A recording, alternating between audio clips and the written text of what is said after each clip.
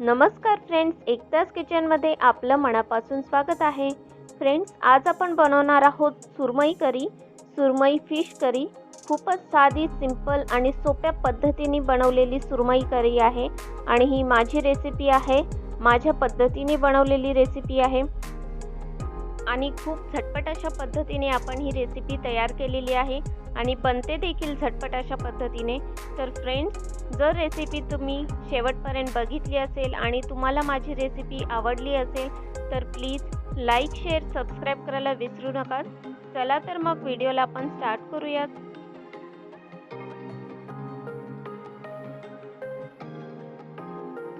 सुरमई fish आपण 2 ते 3 वेळा स्वच्छ पाण्याने साफ करून घेतलेली आहे, धुवून घेतलेली आहे। तर आता आपण त्याला फिशला म्हणजे सुरमईला हळद लावून घ्यायची आहे। हळद आणि आपल्याला हवे त्या प्रमाणात आपण तिखट ॲड करू शकता। मी 2 चमचे तिखट घेतलेले आहे। नंतर आपण त्यावरती हळद आणि चवीपुरते मीठ ॲड करायचे आहे। हे सर्व आपण चांगल्या प्रकारे फिशला लावून घ्यायचं आहे। फिशला चांगल्या प्रकारे लावून झाले की ते आपण मॅरिनेट करण्यासाठी ठेवून देऊयात साईडला। सुरमई करीसाठी आपण मसाला बनवणार आहोत। त्यासाठी पहिलं आपण आलं, लसूण आणि मिरची हे बारीक करून घ्यायचं आहे मिक्सरमध्ये। आलं, लसूण आणि मिरची बारीक करून झाले की त्यामध्ये आपण ओला नारळ जो आपण अशा पद्धतीने कट करून घेतलेला आहे तो देखील आपण त्यामध्येच ॲड करून मिक्सरमध्ये बारीक करून घ्यायचं आहे। खोबरं चांगलं बारीक होत नसेल तर त्यामध्ये थोडंसं पाणी ॲड करून आपण ते मिक्सरमध्ये फिरवून घेऊ शकतो।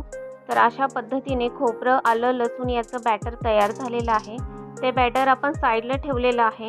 नंतर त्यामध्ये कांदा आणि टोमॅटो ॲड करायचा आहे।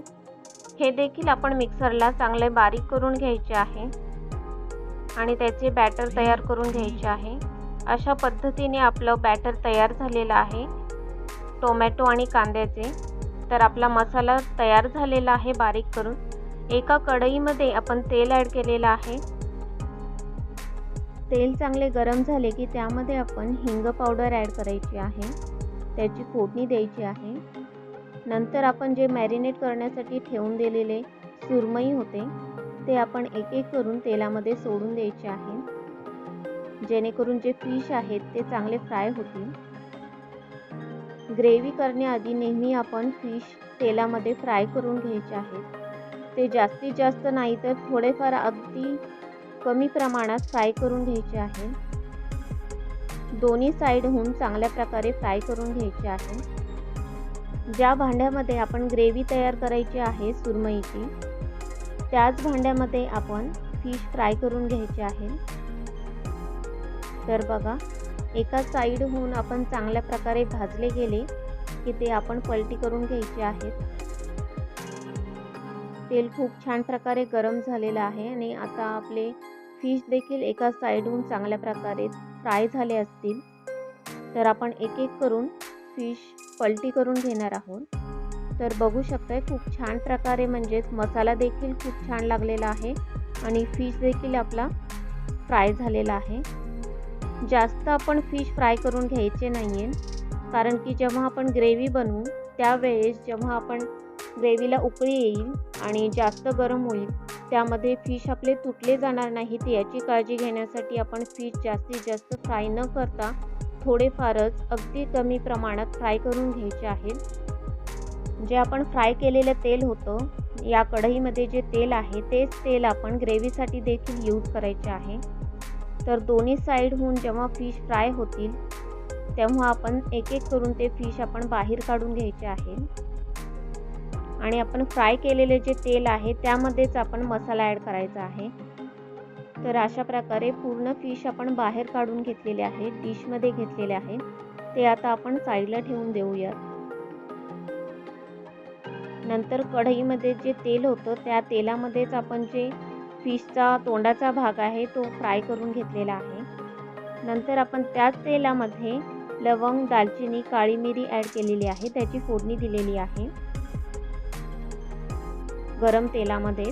तर नंतर आपण त्यामध्ये बारीक केलेला जो मसाला होता तो आपण ॲड करायचा आहे। पहिल्यांदा आपण आलं, लसूण, मिरची आणि खोबरं याचा मसाला ॲड केलेला आहे। नंतर आपण त्यामध्ये कांदा आणि टोमॅटो जे बारीक करून घेतलेलं होतं, बारीक मसाला तयार केलेला होता, तो मसाला आपण त्यामध्ये ॲड करायचा आहे, त्याच तेलामध्ये ज्यामध्ये आपण फिश फ्राय केले होते.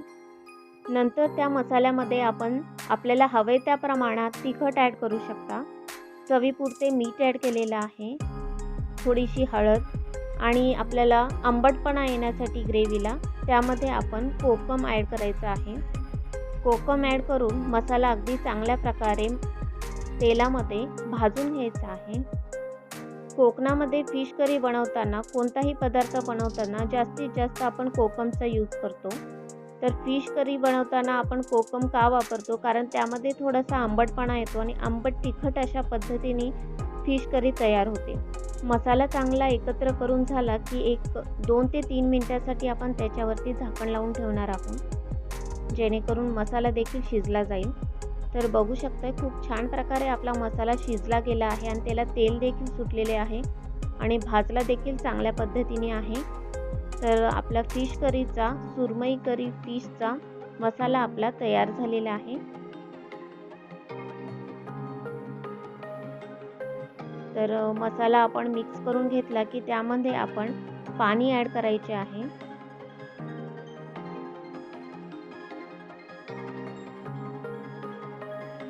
तर मिक्सरच्या भांड्यामध्ये जो मसाला होता त्यामध्ये मी पाणी ॲड केलेलं आहे आणि तेच पाणी आपण कढईमध्ये ॲड केलेलं आहे. पाणी ॲड करून झाल्यानंतर ते आपण चांगल्या प्रकारे मिक्स करून घ्यायचं आहे, एकत्र करून घ्यायचं आहे. पाणी ॲड करून चांगल्या प्रकारे मसाला आपण त्यामध्ये शिजवून घ्यायचा आहे. उकळी आली की नंतर आपण ते मिक्स करून घेतले की नंतर त्यामध्ये आपण फिश फ्राय केलेले होते, सुरमई फ्राय जे केलेले होते आपण तेलामध्ये, ते आपण त्यामध्येच ॲड करायचे आहेत. मसाला आपण चांगल्या प्रकारे भाजून घेतलेला होता, शिजवून घेतलेला होता. अगदी पाण्यामध्ये देखील आपण मसाला शिजवून घेतलेला आहे आणि नंतर आपण त्यामध्ये फ्राय केलेले फिश ॲड केलेले आहे. तर आपण याला एक थोड्या काळासाठी 2 ते 3 मिनिटासाठी आपण ते शिजवून घेणार आहोत, जेणेकरून फिशचा जो रस आहे तो त्या ग्रेव्हीमध्ये मुरला जाईल. तर 2 ते 3 मिनिटासाठी आपण त्याच्यावरती झाकण लावून ठेवून देणार आहोत. तर फ्रेंड्स 2 ते 3 मिनिटं आपले झालेले आहेत आणि आपली ग्रेव्ही खूप छान प्रकारे शिजून तयार झालेली आहे. तर यावरती आपण बारीक चिरलेली कोथिंबीर ॲड करायची आहे. तर बघू शकता खूप छान प्रकारे फिश दिसत आहे, उकळी देखील आलेली आहे आणि शिजलं देखील आहे. पूर्ण मसाला देखील खूप छान प्रकारे शिजलेला आहे आणि आपले फिश देखील, सुरमई देखील खूप छान प्रकारे शिजून तयार झालेले आहे. जेव्हा आपण करी बनवतो तेव्हा आपण फिश नेहमी फ्राय करूनच घ्यावेत आणि ज्या तेलामध्ये आपण फिश फ्राय केलेले आहेत तेच तेल आपण ग्रेव्हीसाठी यूज करू शकतो. खूप छान टेस्ट येते ग्रेव्हीची, कारण त्यामध्येच आपण फ्राय केलेले फिश होते ते मुरले गेलेले असतात, त्याचा रस तो तेलामध्ये मिक्स झालेला असतो. तर खूप छान प्रकारे आपली रेसिपी तयार झालेली आहे, सुरमई करी तयार झालेली आहे आणि फ्रेंड्स खूपच छान आणि झटपट अशा पद्धतीने, खूपच सोप्याच पद्धतीने सुरमई करीची रेसिपी मी तुमच्यासोबत शेअर केलेली आहे. तर फ्रेंड्स तुम्ही जर ही रेसिपी शेवटपर्यंत बघितली असेल आणि तुम्हाला माझी रेसिपी, माझ्या पद्धतीने बनवलेली रेसिपी जर तुम्हाला आवडली असेल तर प्लीज लाईक, शेअर, सबस्क्राईब करायला विसरू नका. चला तर मग पुन्हा भेटू नेक्स्ट व्हिडिओमध्ये नेक्स्ट रेसिपीसोबत. Bye friends.